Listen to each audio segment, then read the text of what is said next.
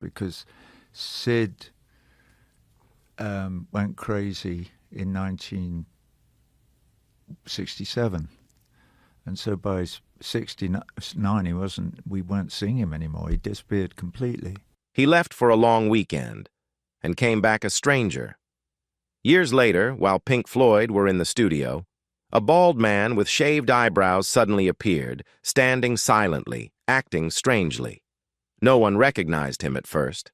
Then Roger Waters realized the truth. It was Syd Barrett, and he broke down in tears. Once the band's brilliant creative force, Barrett had vanished after an abrupt and disturbing personality change. Was it drugs? Mental illness? The pressure of fame? What really happened to Syd Barrett? And how did a musical genius fade into such a chilling silence? Keep watching to find out. Syd Barrett was born Roger Keith Barrett in Cambridge, England, on January 6, 1946. As a teenager, he picked up the nickname Syd and developed an obsession with music. He collected instruments one by one, first a ukulele, then a banjo, an acoustic guitar, and finally the electric guitar he had long dreamed of. Music quickly became more than a hobby. It became his escape. But just as he was finding his direction, tragedy struck. Shortly before his 16th birthday, Syd's father died suddenly from cancer. The loss devastated him. At almost the same time, his 4 older siblings moved out to begin their own adult lives. A once lively family home suddenly felt silent and empty. The warmth was gone, replaced by an aching quiet that hung in every room.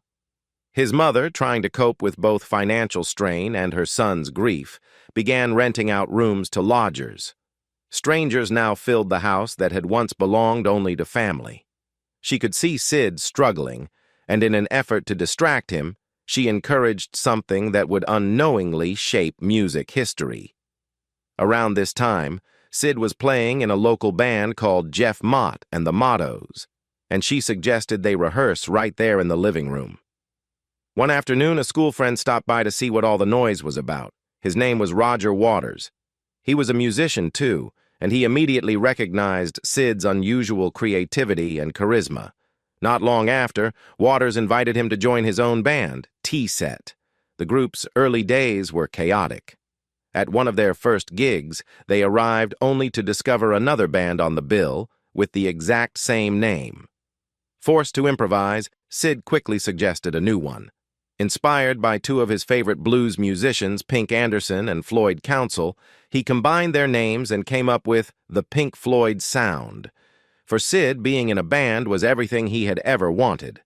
But along with the excitement of the rising music scene came a darker influence, one that would soon change everything. By the mid-1960s, being part of London's underground music scene almost automatically meant experimenting with drugs, and Syd Barrett dove in early. He hadn't even turned 20 when he first tried LSD. One of his earliest trips ended in strange fashion. He and a friend reportedly sat naked in a bathtub chanting, "No rules, no rules," as if trying to dissolve reality itself. If he was searching for freedom from structure, what he did next seemed contradictory. Along with his bandmates, Barrett became briefly fascinated with spirituality. Instead of traditional church-going, they explored a Sikh-inspired sect known as Saint Mat. Curious and intense as ever, Syd even went to meet the group's guru. According to accounts, the guru took one look at him and shook his head. Barrett, he said, was too young. Whether it was youth, instability, or something else, the door to that path quietly closed. But Syd was still chasing transcendence, and that pursuit grew darker. Around this time, he was living in a flat in South Kensington, London, a place that would later become surrounded by unsettling stories. Writer Jonathan Meades once recalled visiting the flat and hearing alarming noises behind the door. At first, he assumed it was a plumbing disaster. The truth was more disturbing. Barrett, his roommates explained, was in the middle of a severe bad trip. They had reportedly locked him in a linen closet until he calmed down. Stories from that period blur into rumor and legend. Some claim he once locked his girlfriend, Lindsay Corner, in a room for days, passing her food under the door. Others go further, alleging violence when she was released. But separating fact from exaggeration is nearly impossible. Those around Barrett were often experimenting heavily themselves, and memories from that time are clouded. What is clear is that Syd Barrett was spiraling. The brilliant, imaginative force behind Pink Floyd was drifting somewhere unreachable. And tragically, this was only the beginning of his descent. Pink Floyd soon became the house band at London's legendary psychedelic club, UFO. On quieter nights, Syd Barrett would do something completely unexpected for a rock frontman. He would step forward and recite Shakespeare. Most famously, he delivered Hamlet's "to be or not to be" soliloquy. Those who witnessed it said it was strangely powerful, almost hypnotic. But that was just the beginning of his unpredictability. The band promoted their shows with psychedelic slogans like Timothy Leary's "Turn on, tune in, drop out," and Barrett embraced the spirit completely. At times, he would leap into wild, childlike improvisations on stage. Surreal, nursery rhyme-like outbursts that sent the crowd into a frenzy. He seemed fearless, performing whatever crossed his mind. For audiences, it was thrilling. For the industry, it was concerning. Soon, Pink Floyd found management in Andrew King and Peter Jenner. They arranged demo sessions, assuming the band mostly played covers. Instead, they were stunned when Barrett arrived with a stack of original songs. And not just songs, innovative, imaginative pieces that felt unlike anything else happening at the time. Those early demos would lay the groundwork for the band's rapid rise. During this pivotal moment, Barrett was dating Jenny Spires. What he didn't know was that she was also involved with filmmaker Peter Whitehead, a key figure in the counterculture scene. The situation might have been painful, but it unexpectedly worked in Pink Floyd's favor. Whitehead was producing a film titled "Tonight Let's All Make Love in London," already featuring the Rolling Stones and cultural icons like Allen Ginsberg and David Hockney. At first, Whitehead wasn't impressed with Pink Floyd, but Spires persuaded him to film the band performing Interstellar Overdrive. The gamble paid off. The film became a standout at the 1967 New York Film Festival, giving Pink Floyd invaluable exposure. That sudden publicity helped secure their first album deal, but it also placed Syd Barrett directly in the spotlight, where his increasingly fragile state would soon become impossible to ignore. One of the standout tracks on Pink Floyd's debut album was Arnold Lane, written by Syd Barrett and inspired by a strange story from his childhood. As the tale goes, there had been a man in his neighborhood who would sneak out at night and steal women's underwear from clotheslines, including his mother's. Barrett turned that bizarre memory into a song, likely seeing it as dark humor rather than controversy, but the reaction was swift. Radio London immediately banned Arnold Lane because of its subject matter. Reporters soon began questioning Barrett about why he had written it. Unapologetic and ahead of his time, he responded by saying that cross-dressing was more common than people admitted and that society needed to face up to reality. His attitude reflected a broader tolerance that was unusual for the era. There may have also been a personal element behind his perspective. Barrett was known to experiment with fashion himself. Friends recalled him strolling along London's King's Road in flamboyant outfits, described as looking like splendid peacocks on parade. David Gilmour later remembered him wearing black eyeliner, lipstick, and even high heels. For Barrett, self-expression seemed fearless, playful, provocative, and unconcerned with convention. Yet while he appeared bold outwardly, the pressures of the music industry were beginning to weigh heavily on him. When The Piper at the Gates of Dawn became a success, expectations skyrocketed. Management wanted another hit, fast. The demand for constant creativity stripped away the carefree spirit Barrett once felt in the band. Around this time, those close to him began noticing a troubling change. The once vibrant and outgoing Syd grew withdrawn. Friends observed signs of depression and hallucinations. His speech sometimes became slurred, and on certain occasions he appeared almost catatonic. The shift was most jarring when David Gilmour visited him. Gilmour immediately sensed something was wrong. Barrett seemed distant, as if he didn't recognize him at all. Others described his eyes as empty, saying it felt like someone had flipped a switch inside his mind. As his behavior grew increasingly unpredictable, one question hung in the air. What had happened to Syd Barrett? At the time, some of Syd Barrett's friends believed they could trace his sudden personality shift to a single, strange episode. According to them, he disappeared for an entire long weekend, and when he returned, he seemed like a completely different person. What actually happened during those days was never fully explained, but from that point on, something was undeniably wrong. Pink Floyd suddenly found themselves managing not just a bandmate, but a growing crisis. With a major U.S. tour ahead, they needed Barrett functional, at least enough to promote their new album.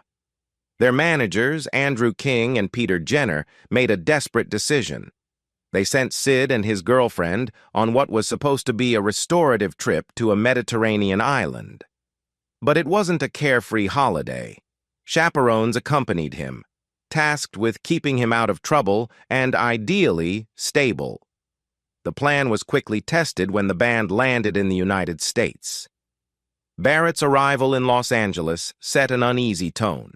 He reportedly confused the city with Las Vegas, claimed he had forgotten his guitar, and then promptly fell into a swimming pool. It was chaotic, and it only got worse once the cameras were involved.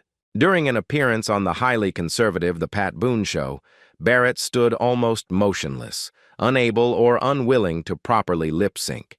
It was unclear whether he was under the influence or simply resentful of performing on such a square program.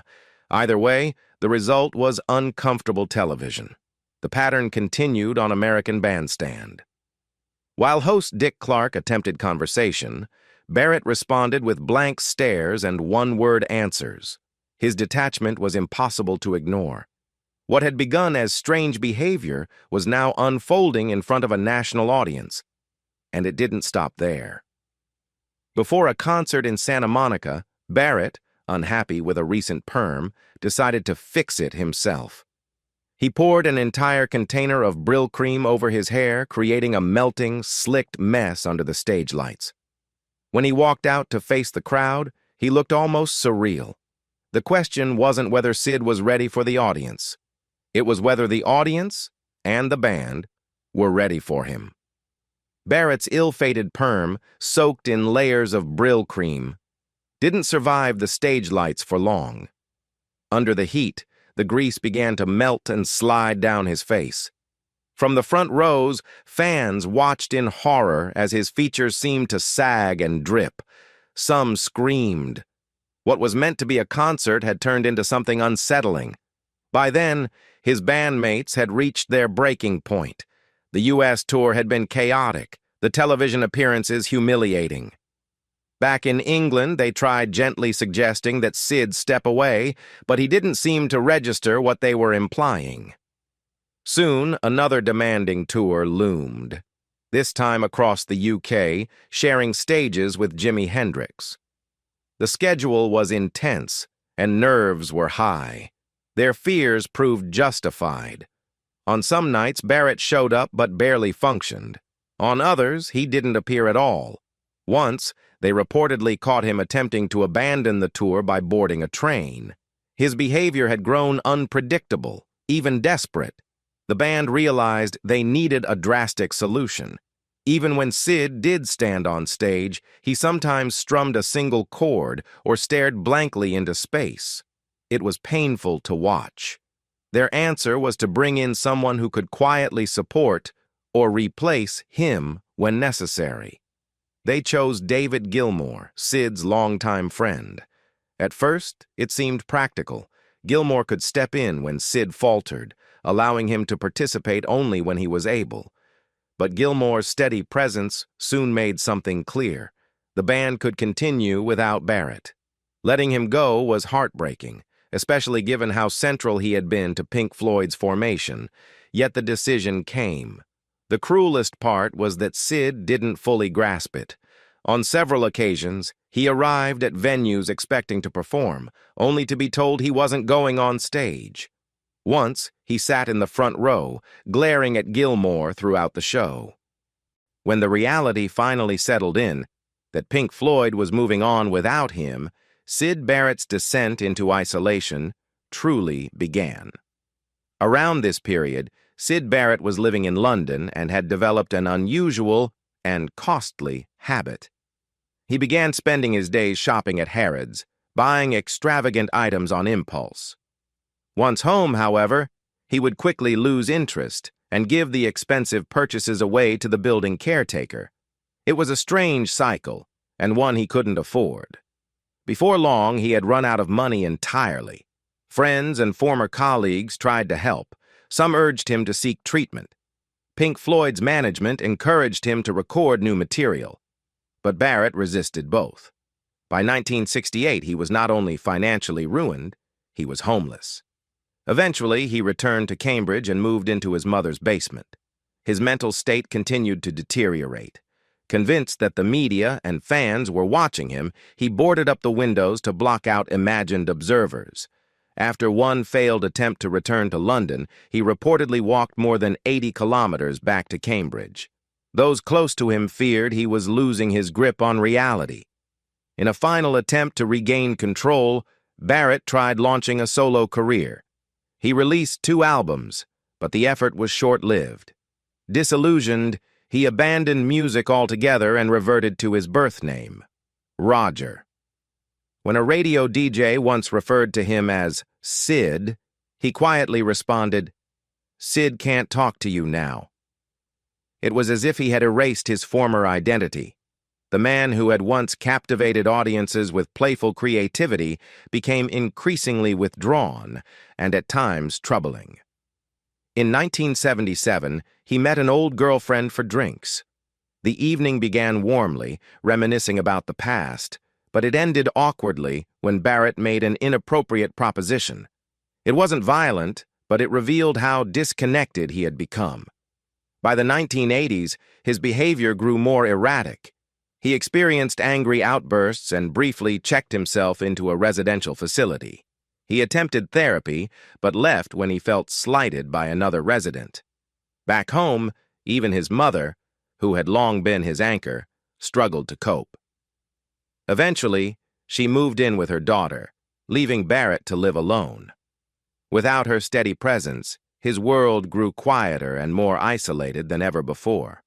Surprisingly, living alone in his mother's house seemed to bring Syd, now calling himself Roger again, a measure of stability. He returned to painting, the quiet passion he had loved before music consumed his life. He took up small, almost comforting hobbies, collecting coins, experimenting in the kitchen, and meeting his mother in town for simple shopping trips.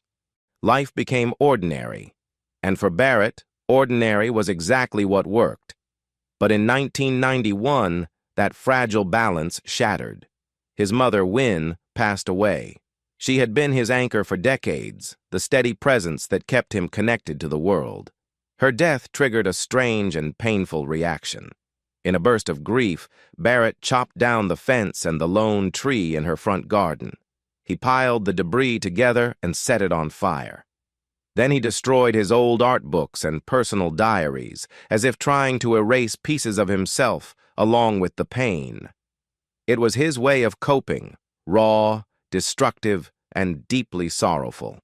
Afterward, he turned again to painting, throwing himself into it more intensely than before. He worked outdoors, often on oversized canvases that filled the garden. There was something grounding about it. Though enthusiastic fans occasionally trespassed and even stole his brushes, he largely kept to himself and found a quiet rhythm. For a while, it seemed he had finally carved out a life he could manage. Then came another blow. In his early 50s, Barrett was diagnosed with type 2 diabetes, a condition that ran in his family. Doctors told him the solution was straightforward: adjust his diet, take medication, follow a routine.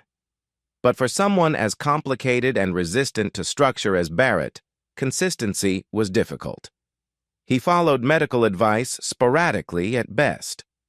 Over time, the illness began affecting his eyesight, causing a narrowing tunnel vision effect.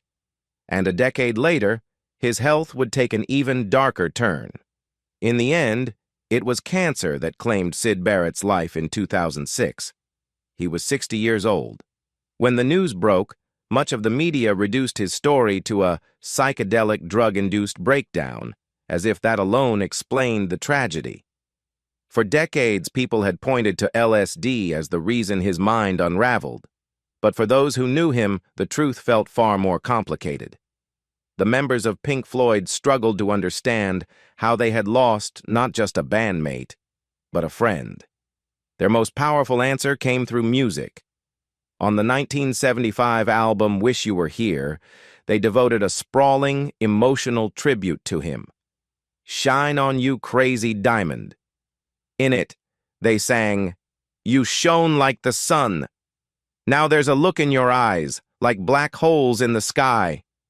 It was both admiration and mourning, a recognition of the brilliance they once saw and the emptiness that followed. Yet even that tribute carried an eerie coincidence. While Pink Floyd were in the studio recording "Shine on You, Crazy Diamond," a heavy-set, shaved-headed man with no eyebrows quietly walked in. At first, no one recognized him. He looked unfamiliar, distant, altered. Then Roger Waters realized who it was. It was Syd. Overcome, Waters reportedly burst into tears.